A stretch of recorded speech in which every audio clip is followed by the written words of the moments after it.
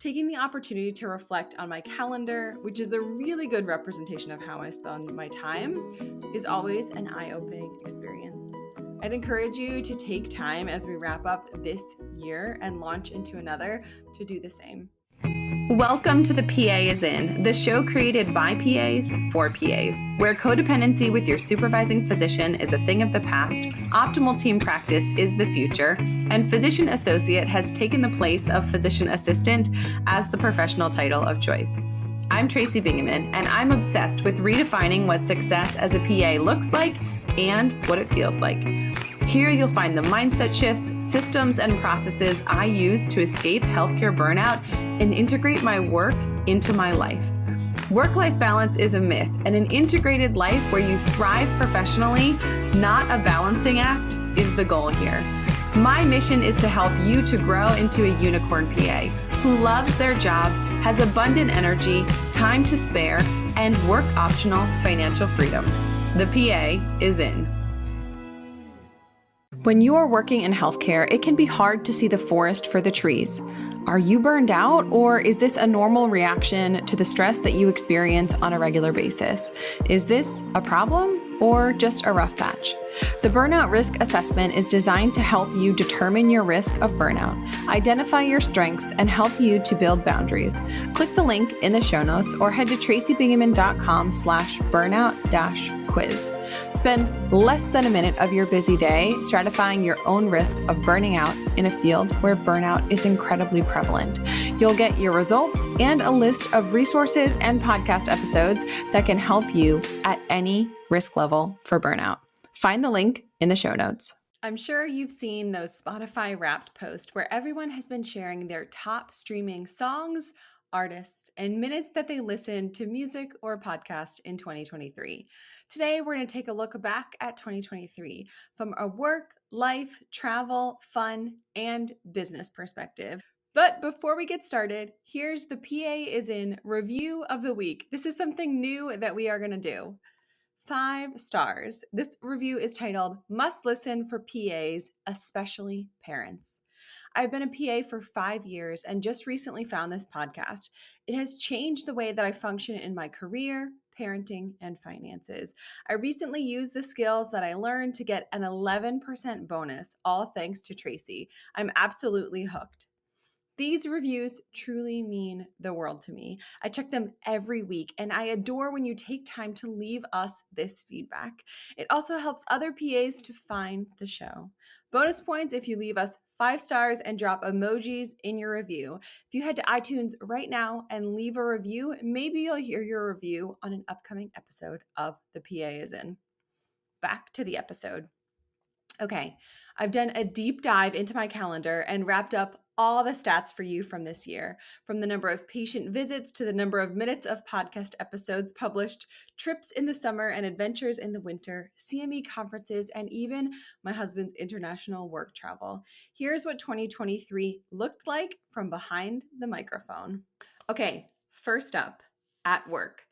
I had 1,044 patient visits made up over 69,120 minutes worked.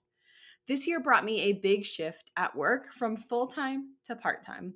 I've been systematically and diligently working on working less clinically for someone else. In 2020, I left my position in urology when I was burned out, like burnt to a crisp level of burnout. I was working 55 to 60 hours a week on average, and I didn't work weekends. I was stretched incredibly thin, and I wasn't showing up well at work or at home. That led me to quit that job and take my current position, at the time working a scheduled 32 hours of patient contact a week. At that time, I was working 3 full days and 1 shorter day a week. After working those hours for 2 years, in the beginning of 2023, I negotiated to officially go part-time, dropping down to 24 hours a week and cutting out 1 full day of clinical time. So I now work 2 full days and 1 shorter day in a week. Specifically, I work the shorter day on Wednesday and longer or full office days Thursday and Friday. This decision was made for a multitude of reasons. Because of this shift for me going full-time to part-time and dropping one workday in the office, we were able to pull our boys out of before and after care because of my new schedule.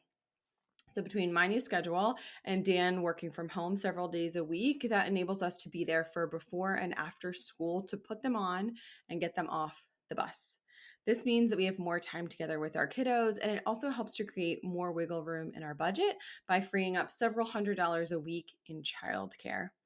I'm able to spend more time on things that I love, like coaching and negotiation consults, recording podcast episodes, and creating quality content like this episode for you. I'm also still able to provide and contribute financially with my base salary. I was able to negotiate a productivity bonus based on my revenue generated in my clinical visits as a plastics PA, doing primarily aesthetics. So the majority of my visits are Botox and filler. So that's a little peek at what I did inside my clinic and how many patient visits I saw this year. At work, we also had one safety protocol implemented. I helped create and implement a protocol for vascular occlusions.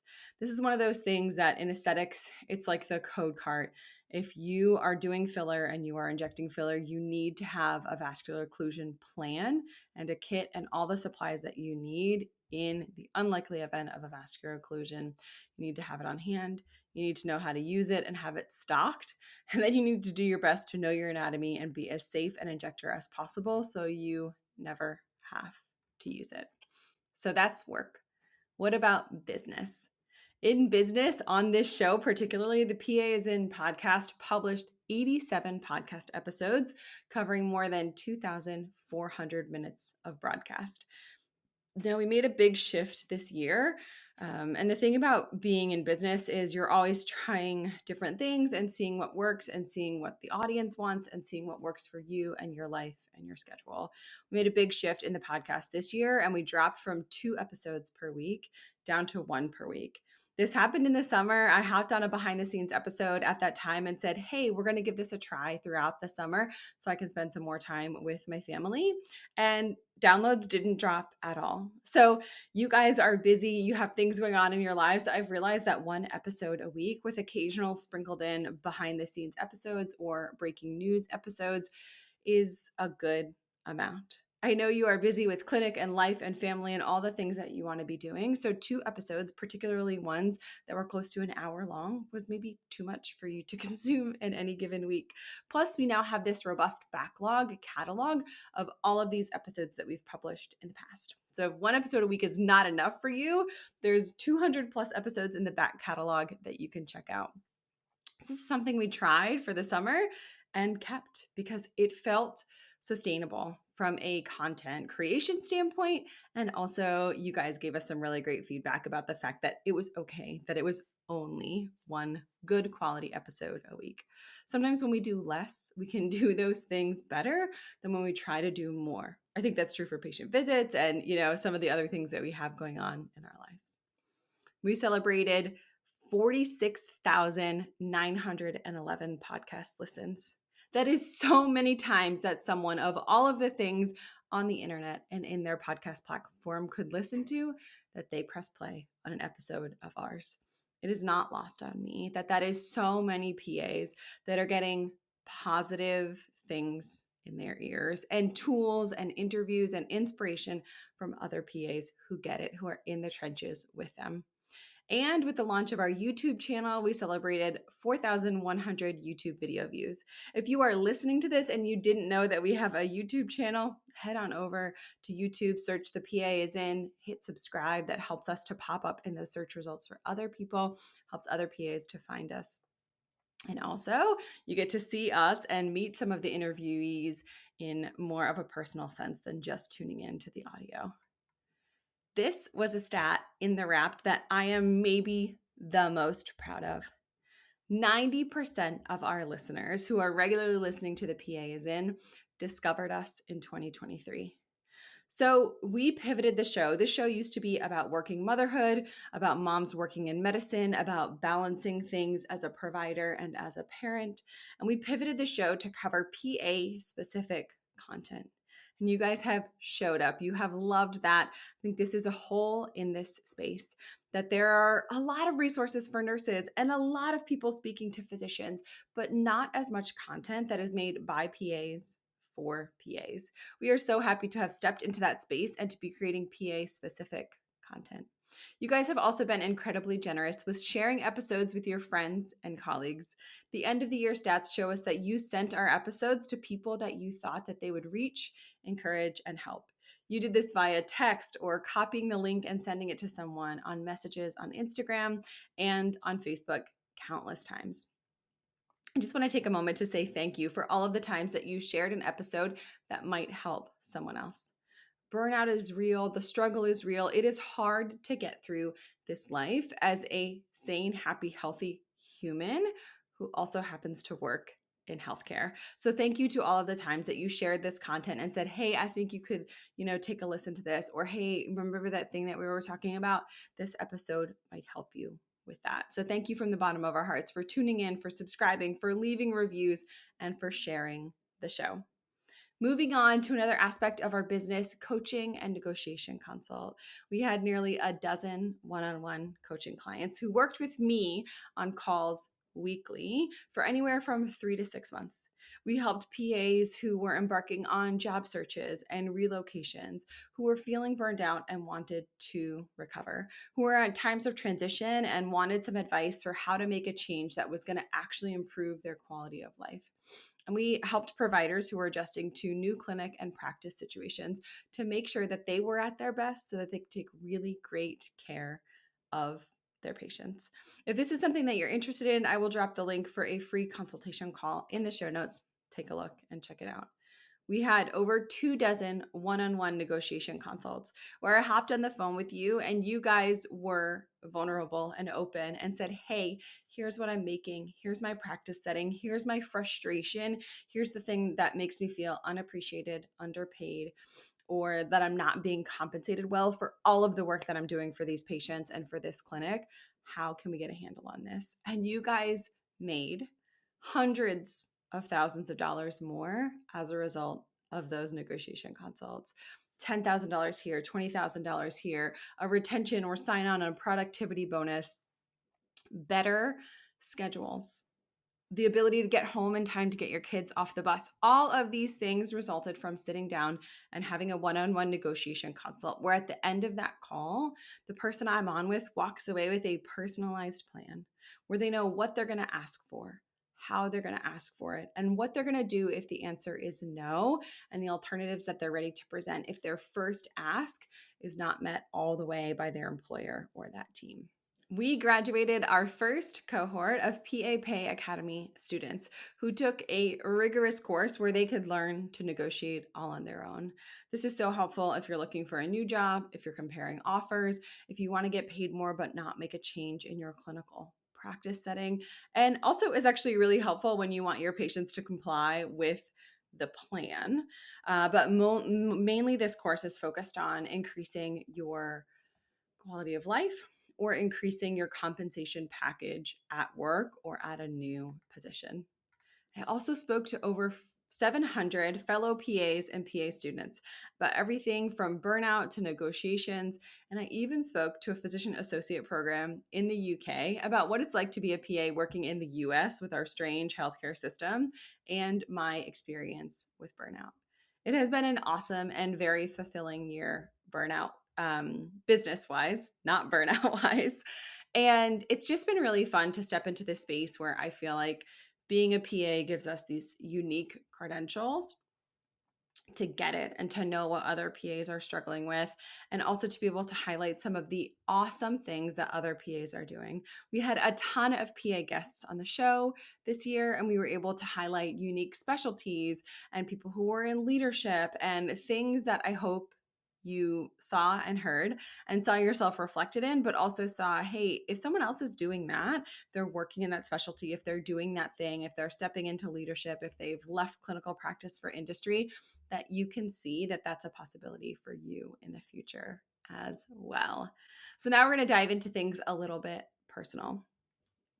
For travel, Dan took 3 work trips. If you have ever had a spouse travel or been the one solely responsible for the logistics around parenting and running a household, you feel these trips as deeply as I do. The older my kids get, the less overwhelmed I feel by these trips, which are often international and can be several weeks long. All things considered, it was a relatively smooth process. We've had some trips in the past where he traveled and it coincided with kid illness, which is just like the 1-2 punch of really struggling to make it to clinic and to see your patients and to do all of the things that are required of you when your spouse is traveling. But these trips went, knock on wood, relatively smoothly. I traveled for 2 CME conferences. I went to the AAPA in Nashville in May. I had the chance to meet a bunch of you there. It was such a great experience. So awesome to be able to network in person and hug people and see people and meet them, and just really awesome content. And the socialization aspect was so fun of that AAPA conference in Nashville in May. And I also had the opportunity to speak on stage and to meet a lot of you at the PSPA conference in Hershey, Pennsylvania. We took personally 2 ski trips, which are my favorite kind of trips to take. One to Sugarloaf Mountain in Maine, where we were able to visit my sister and her kids, and one to Stratton Mountain in Vermont. And in the summer, we took our traditional summer vacation to see my parents and hang out on their lake in Maine, which we tend to do every year. It's a great opportunity to unplug, have no itinerary, minimal technology, lots of connection, and hanging out and splashing around in the water with the kids. That's what we did travel-wise this year. Time marches on, and as we age, we are losing collagen at a rate of 1 to 2% per year. Collagen is the single most abundant protein in our bodies, and it's necessary for healthy bones, radiant skin, resilient muscles, and well-functioning joints. To combat the loss of collagen, I've been using Liquid BioCell Oral Collagen from Modere. I love this liquid collagen so much that I decided to partner with Modere to offer you $10 off your first order. Use the link in the show notes to redeem your discount today. Relationship and friendship wise, I want to break this down to 3 categories. So I'm going to talk about how we did in our marriage, how we did in my friendships this year, and in my relationship with my kiddos. So first up, marriage. We were a little less diligent, or I don't know if diligence is the right word, but less intentional about dating this year than years in the past.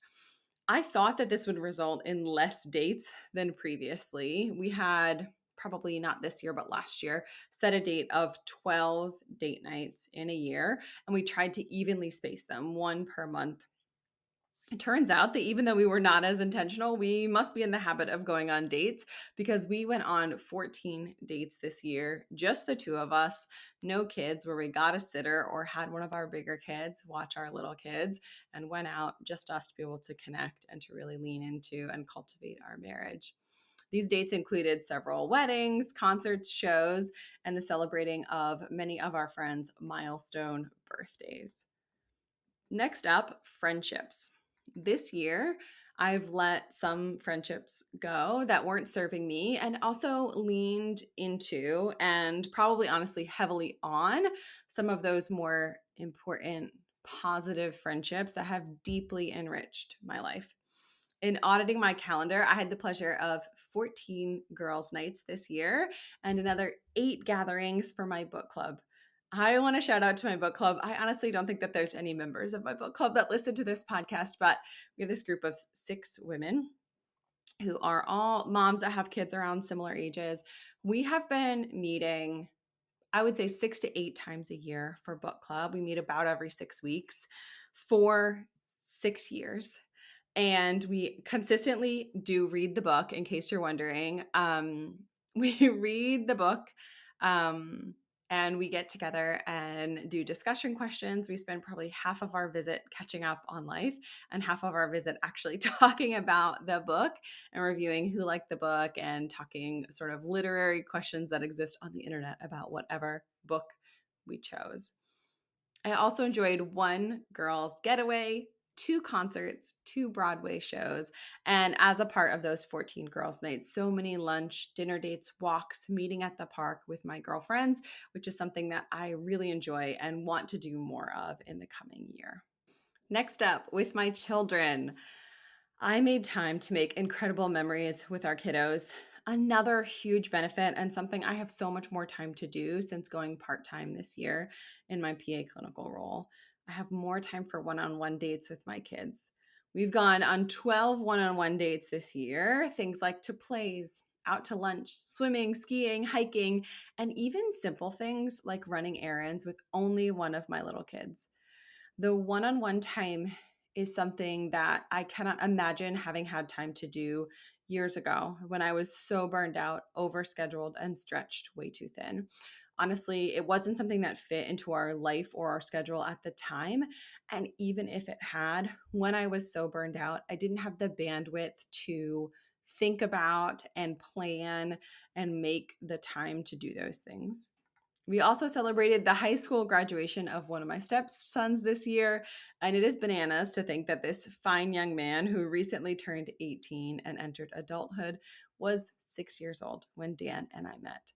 Time is such a tricky thing, and although the days and the nights feel long, especially when kids are young or when you're new to parenting, the years are short and they move by so incredibly quickly. One other aspect of our personal life, which I have been sort of complaining about maybe since the very beginning of the podcast, is doctor visits, because I want to be diligent about keeping it real and not only highlighting the good things that happened this year. We also attended no less than 21 clinic visits for myself or for my kids. That's a combination of dentist visits, well visits, physicals, and one of our kiddos had allergy testing, which ended up being several long appointments throughout the year for food challenges where we go.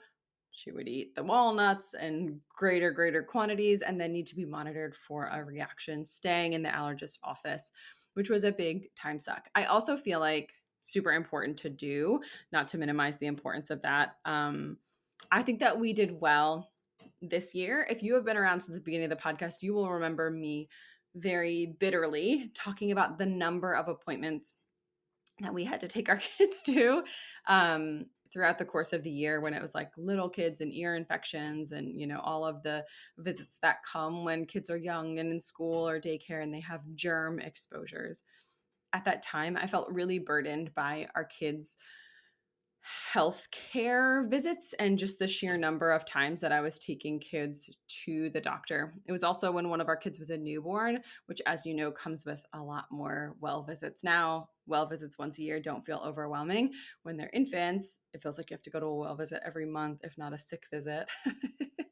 And then multiply that by 3 little ones, and it just can feel very overwhelming. When I was talking about doctor visits 3+ years ago when I started the podcast, I was very bitter and resentful because I felt single-handedly responsible for getting our kids to the doctor, and I was working full time. And I felt like, why is this my thing? Because I work in healthcare, because I know what to ask, because I'm high control, because I'm always the one at the doctor with them. So I'm the one that makes the subsequent doctor's appointment. So I make the subsequent appointment at a time that works for me. And we didn't really have a good mechanism to switch and have Dan be responsible for some of those visits. We have read this book called Fair Play, which I recommend to anyone who is in partnership and sort of struggling with the load that comes with all of these things to do in your household, plus or minus kids. And that has really improved our communication. And a whole lot of these appointments, Dan took the kids to. And I have more time. These visits are so much easier to make now because I have more time in my schedule. I can consistently make them on Mondays or Tuesdays, the days that I'm not in clinic. And I can know that I'm not going to have to close my clinic or change patient appointments in order to be able to make it to the dentist on a Tuesday. And as I said, I've gotten better about asking Dan for help or assigning specific tasks for him to be responsible for. Also, if we're talking about doctor's appointments, I had one brief hospitalization for acute appendicitis and ended up having an urgent laparoscopic appendectomy, followed by an outpatient stat CT postoperatively to rule out an abscess on post-op day 10. I will share more about that experience and me stepping out of my role as a provider and into that patient gown in an upcoming episode. Next up, birthday parties. I would be remiss if I didn't include the 17 birthday parties that our kiddos attended to celebrate the increasing ages of their friends and of our friends' kids. I have probably best described as a love-hate relationship with these birthday parties. I love the opportunity to get together with the adults at these parties. They are often friends of ours. There is also a part of me that loves the fact that our kids are, even though they're getting invited to birthday parties of friends at school or friends at daycare, that they are getting old enough. And we're getting to know the other adults at these parties well enough that they're reaching drop off age. So if I can drop them off and run errands and come back, birthday parties don't feel like quite as big of a drain on our social calendar and on our time. I don't love that sometimes these birthday parties feel like they're clogging up our social calendar. It seems like they come in waves. I used to feel like this about gallbladders when I was doing general surgery. I'd be like, no gallbladders for a couple of weeks. And then suddenly we'd be looking at each other saying, are gallbladders on sale? We've done 5 lap colis this week. And, there's 2 on the schedule for next week. Same thing for kids' birthday parties. We have learned to say no to some of these birthday parties. So if our kids get an invitation from a classmate whose name we've never heard, right? Our kids have never mentioned them. We don't know them from sports or anything outside of school. The kids are like, yeah, I'd like to go. And I'm like, how close are you with Jimmy? And they're like, meh.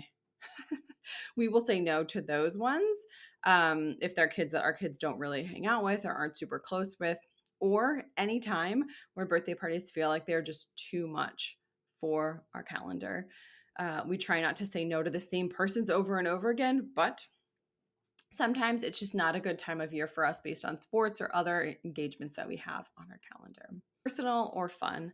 So we've talked about work, we've talked about business, we've talked about sort of family and the logistics that come with building those relationships and running a household. Now we're going to talk about personal. How am I doing personally? How are my hobbies? Did I have any fun this year as we're looking at 2023 wrapped? So first up, skiing. This category has a little less data than others, but I did collect a few stats. I skied 31 days in 2023, which is one of my favorite ways to spend time in the winter. Our ski season is shorter in Pennsylvania than where I grew up in Maine, where the season lasts months and months and months. So I try to squeeze in every single day that I can when the weather is good and when the snow is solid here. This is such a pleasure for me to report and also to be able to do and have as a part of my life. After taking a break from skiing for years when I was pregnant and nursing, it feels so good to be back to a sport that I love. I sometimes feel like skiing gives me the opposite of seasonal affective disorder because the sport that I love dearly and enjoy most of anything that I do hobby-wise happens in the winter. So because of this, during the winter, I tend to feel more energetic. I get outside more, I get more fresh air, and I feel a little less depressed, honestly, in the winter season. Skiing also lends itself to quality time and an opportunity to connect with my kids. Spending time outside without technology, where we get to drive to the mountain together and sitting on the chairlift together is awesome and just such a great opportunity for connection for us.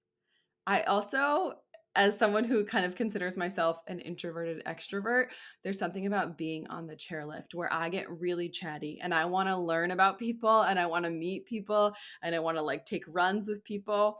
Also, I had one of our anesthesiologists from my previous job that I knew. We ran into each other on the mountain. We like saw each other. I was skiing with the kids. We ended up taking a couple rides on the chairlift together and we exchanged numbers. And then he has an irregular schedule because he's in anesthesiology. So sometimes he like had figured out, okay, Tracy's usually here Saturday, Sunday, Monday, Tuesday. So any one of those days, if I was headed to the mountain, we would be texting each other and we would definitely be able to ski together, which was a great way for some adult interaction, doing a sport that I love. Next up, voice lessons. I willingly, but somewhat cautiously, stepped into a space that made me feel very uncomfortable.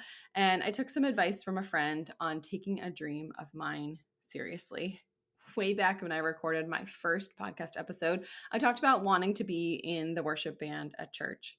And So if that was really a dream, I had to do some things to make that happen. So I started taking voice lessons. Every Monday, 2 p.m., I logged on with a vocal coach via Zoom, and I practiced and sang so many songs throughout the year. And twice I submitted videos to my church to audition for the worship team. Despite working really hard and rehearsing a bunch and practicing a ton, I didn't get a yes from the worship team either time that I submitted my audition videos. This was really hard for me. This was something that I really struggled with this year. I am pretty used to achieving things and being good at stuff and getting yeses. And if I'm being truly honest with myself and with you, I am pretty used to only putting myself in situations where I'm pretty sure it's very likely that I'm going to get a yes to the question that I'm asking. This was a really great learning experience for me, to try something new, to stretch myself, to step outside my comfort zone, to become a beginner again, to have a learner's mindset, and to stretch a part of my brain and body that I'm not used to using. I did decide to take a break from singing lessons for the winter so I can spend some more time skiing. And then when ski season wraps up, I'm going to reevaluate whether this is something that I want to invest more time and resources into in the coming year. So that is a wrap on 2023. That's behind the scenes, behind the microphone, what I'm doing in and out of my scrubs and with my curly hair. Certainly these things are not exhaustive, and there are so many moments and memories and more that aren't in any way reflected in these stats or what I had to say about these statistics. I am so much more than the number of podcast listens, the YouTube views, patient visits, and even I'm more than date nights or one-on-one time that I spent with my kiddos. All of that being said, taking the opportunity to reflect on my calendar, which is a really good representation of how I spend my time, is always an eye-opening experience. I'd encourage you to take time as we wrap up this year and launch into another to do the same. What do you see on your calendar that you'd like to do more of?